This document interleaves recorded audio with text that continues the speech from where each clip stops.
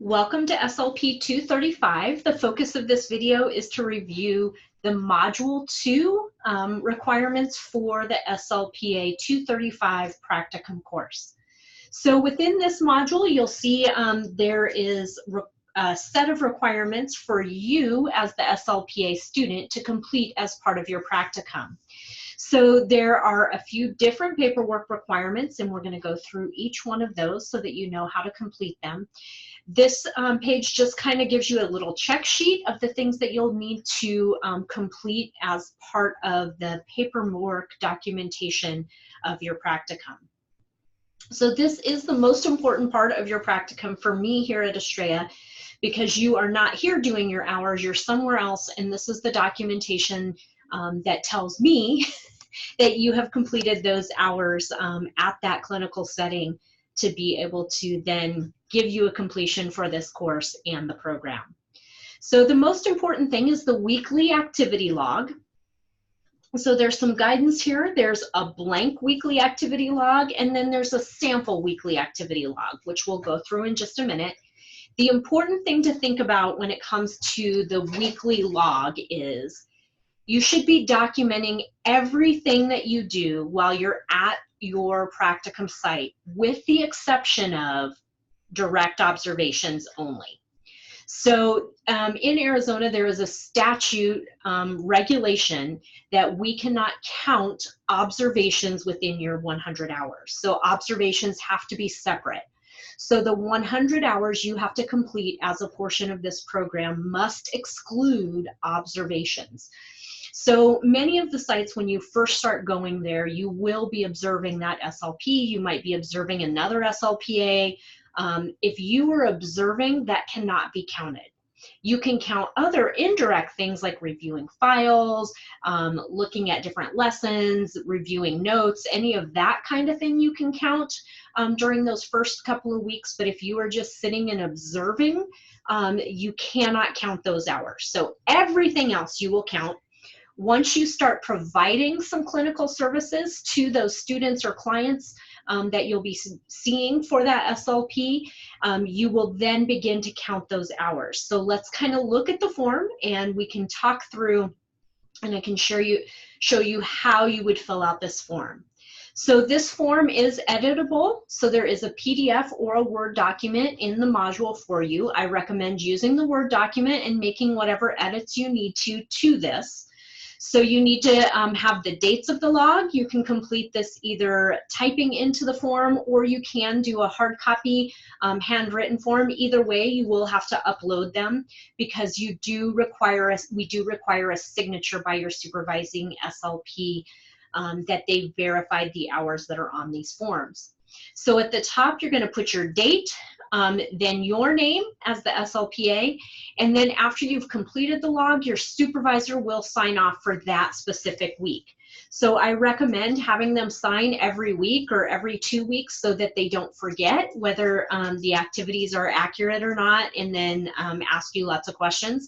The sooner you do it to the time that it was complete, the more quickly you'll get them all signed and filled out, so you have them for submission. So the top part of the form refers to direct therapy. So this is therapy that you are doing with an individual, with a small group, with a classroom. So there are always clients or students present. So that is what goes on the top part of the form. The bottom part of the form is for all of the other indirect duties that don't have clients right in front of you. So if you are preparing lesson plans, if you're writing lessons, if you're pulling materials, if you're making copies, if you're reviewing files, if your SLP is doing training with you, all of those things are important duties that you do as an SLPA, but they are not direct client intervention. So they fall under the indirect services. So let's go back up to the top. So when we think about direct therapy, remember confidentiality. I don't need to know all of your students' names, but you need to have some identification on here so that your SLP who's supervising you knows who it is. So some people will use group 1, 2, and 3, group A, B, and C, room A, whatever. Or some people will do student initials too. So as long as it doesn't have student's first and last name, where myself, who is not at that site, would be able to identify who those clients are that you're seeing. So maintain that confidentiality. So on the left, you can make more lines if you need to. So use this however you need to with your supervisor. There is a column for each day of the week, Monday through Friday. If you were working at a clinic or doing home-based services and maybe doing Saturdays or Sundays, please edit those columns to fit whatever works for you. Same thing, if you only go maybe once a week, then maybe you want to do, 5 Mondays. So if you go every Monday, you might want to use one sheet and then just, change the headers to Monday and whatever that Monday date is for that week. Okay, so when you think about your patient groups, here we have an example. Group 1 was seen on Tuesday for 30 minutes, and then the S for supervised is highlighted, meaning the SLP supervisor was present while this individual completed this group activity. Same group was seen on Thursday for 30 minutes, but that one was unsupervised, so the SLP was not present. So it is okay to have a mix of supervised and unsupervised time, but the majority of your time should be supervised. And in many instances, it will be 100% supervised. So you might not ever use the US designator. So if you have a question about how much time needs to be supervised, go back and look at the information from the prior modules, because that information is in there under the, I think, the additional supervisor information, and then also in the practicum introduction presentation. So the second line was student SL, seen on Tuesday for 30 minutes supervised, Thursday for 30 minutes unsupervised. Group 2, same thing. And then this individual did a preschool room where they did a 60-minute activity on Tuesday and Thursday. Both days were supervised. So you use the top part to just keep track of those times. Please use minutes. If you use hours, your calculations will eventually get messed up. Because things don't happen in 1, 2, 3, 4 hour increments. So there are some sessions that might be 15 minutes, some 20, 30, 45, 60, they can be all over the board. So please use minutes for this. You'll calculate it to hours on a different form. So keep track in minutes. Once you have completed your log for the week or the time span that you're doing, you will then add up each column so you can see on Tuesday, the total services provided equaled 150 minutes, so all 4 lines were added to come to that total. On Thursday, same thing, 150 minutes. Those 2 numbers were then added together to get to the 300 minutes in the weekly total column. You can then see there's a second line that is the direct supervised time. So this is different than your total time. So that first number is the total of all the services that you did for that day. This one is the total of the services that were supervised. So again, these numbers might be the same or they might be different. So in this example, on Tuesday, you can see each line item was highlighted S, so they were all supervised on Tuesday, so the number is the same, 150 minutes and 150 minutes. On Thursday, you can see there were 3 unsupervised sessions that were 90 minutes, and then 1 supervised session of 60 minutes. So down here, you're only going to count that 1 supervised session in this total. So now you have 150 minutes from Tuesday, 60 minutes from Thursday, for a total of 210 supervised minutes for that week. So you can see how the numbers differ a little bit. Now you're going to keep this form because you're going to transfer these numbers, these totals, over to a different form in a little bit. Okay, now looking down at the bottom portion of the form, these are your indirect services. So again, use this log in the best way possible. If you need to edit the things that are on the left because you do a different duty there, or maybe you don't ever have any equipment maintenance and you want to delete that line, go ahead and do it. This form can be modified. So lesson planning's on here, documentation, Medicaid billing, therapy prep, meetings with supervisors, campus meetings. There can be lots of different things that are indirect activities that you're doing when you're at your site. So if you were at your site for 6 hours and maybe you spent 4 hours doing direct services, there's 2 other hours worth of time that you may have been doing indirect activities. Now, if you had a 30-minute lunch in there, you're going to take that out, but that still leaves you an hour and a half of time that you were doing something as an SLPA. So you'll want to document that. Remember, the only thing you cannot count are observations. Okay, so in this example, on Tuesday, this individual did 60 minutes of lesson planning, which was supervised, meaning the supervisor was in the room while that person was doing this indirect activity. They did 30 minutes of documentation, but the supervisor was not present when they were working on that. 30 minutes of therapy prep. They had a 15-minute meeting with the supervisor. So when you carry that down, you can see the total indirect minutes would be all 4 of those lines totaled together to equal the 135. And then the supervised time would only be the first line, the third, and the fourth, for a total of 105 minutes that were supervised. On Thursday, there were 3 line items, 1 unsupervised, 2 supervised. So again, your total minutes is all 3 line items on that day. And then your total supervised time are only the last 2 items. Then you'll total those up for the weekly. So 135 plus 75 equals 210. 105 plus the 45 equals 150 minutes. Now on the bottom, you'll see we're going to total our direct and indirect services time and add them together. So if we look up at the top, we had 300 minutes of direct services time plus 210 minutes of indirect service time. So for that week, this individual spent 510 minutes at their site as an SLPA intern. And then the next total is the supervised time. So 210 minutes of that was supervised, plus 150 minutes of indirect supervised time, showing that there were 360 minutes of that time that were supervised. And then again, you're going to keep these totals because you're going to transfer those over to the practicum summary form. So let's go take a look at that. So then your practicum summary log is just totals. So those totals that you just did on the other sheet, you're just going to transfer them over to this sheet. So week 1, make sure you put your dates in, week 2, whatever your dates were. And then you're going to make sure that you transfer those numbers over. So your direct service time, your supervised direct time, your indirect, bring all of those numbers over. And then you'll figure out your percentage of supervision in this, in the 3rd line and the 6th line.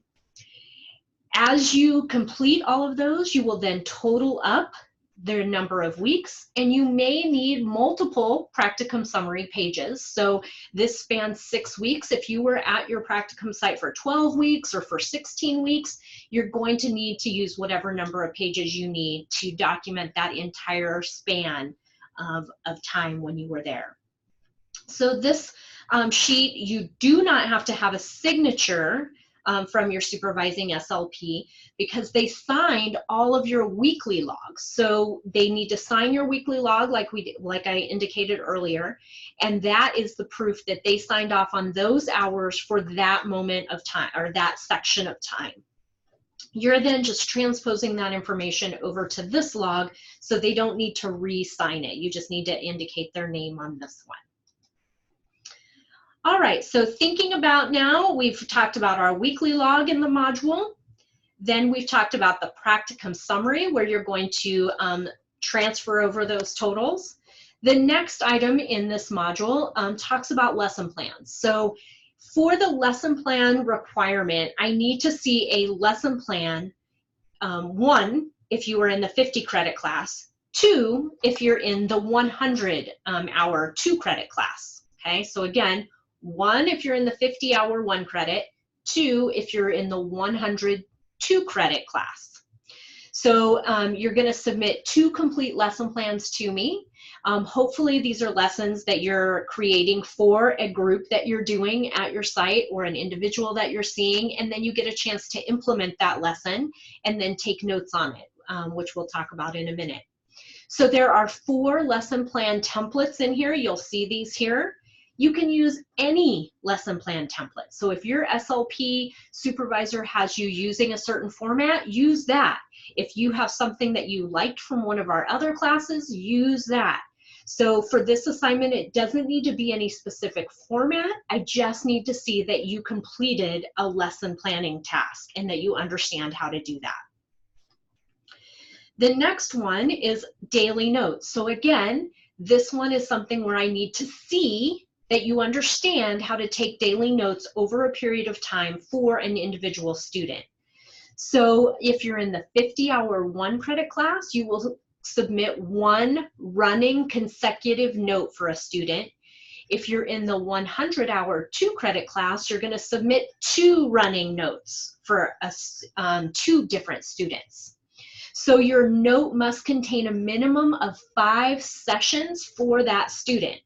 So if you're in the 50-hour class, you pick 1 student, 1 client that you have, and you take notes on that client over that time frame that you were there doing your practicum, and I need to see at least 5 entries. If you have 10, 15, whatever, that's great. That just gives me more information, but there needs to be a minimum of 5 sessions.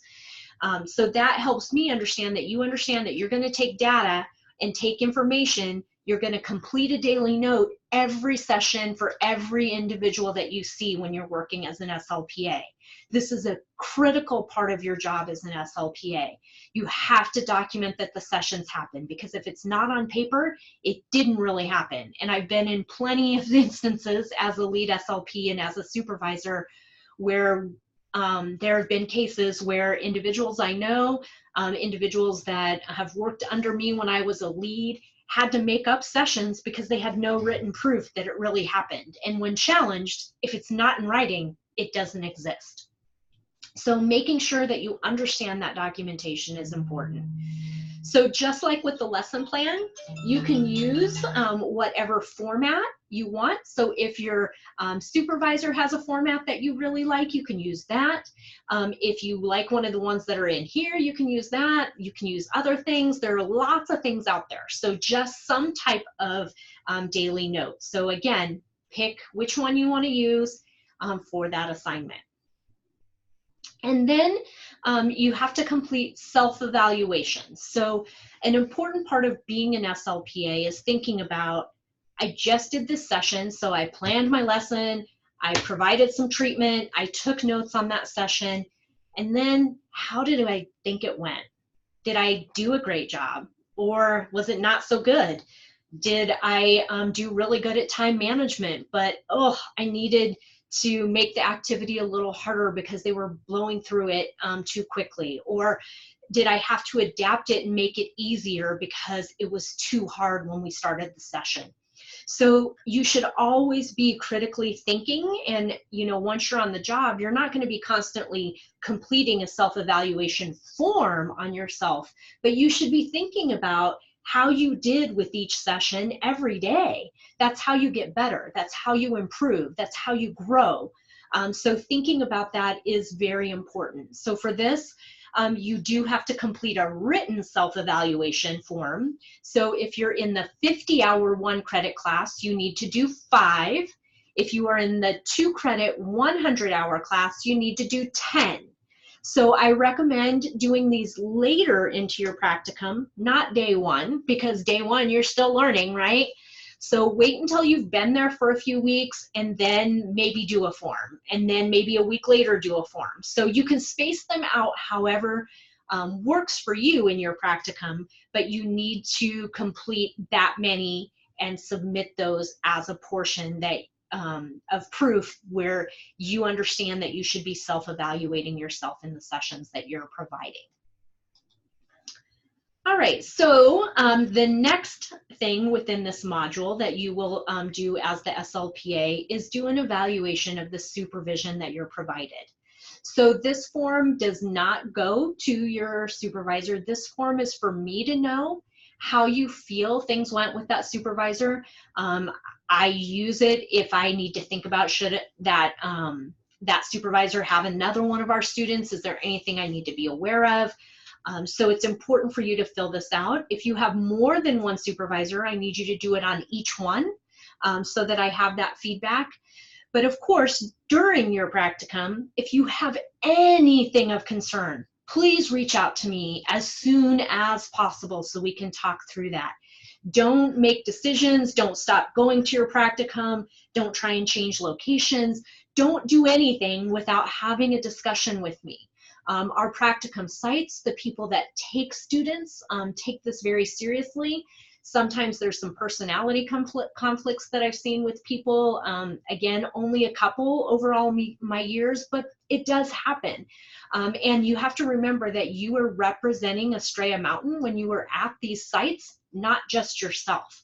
So when you were there, you need to conduct yourself in a professional manner. If you stop attending a practicum and just no-show, then that represents us at Estrella Mountain, and that will impact our ability to have a future student there, because they're going to think that we're okay with that type of a behavior. So if you have any struggles, whether it's with that site or even just a scheduling issue that maybe it's just not working out, you need to get in contact with myself and or Landis Elliott through field experience so that we can work through that situation with you. And if we need to change sites or do something else, we can do that. But we need to go through it in the correct procedural way so that we don't lose practicum sites for future students.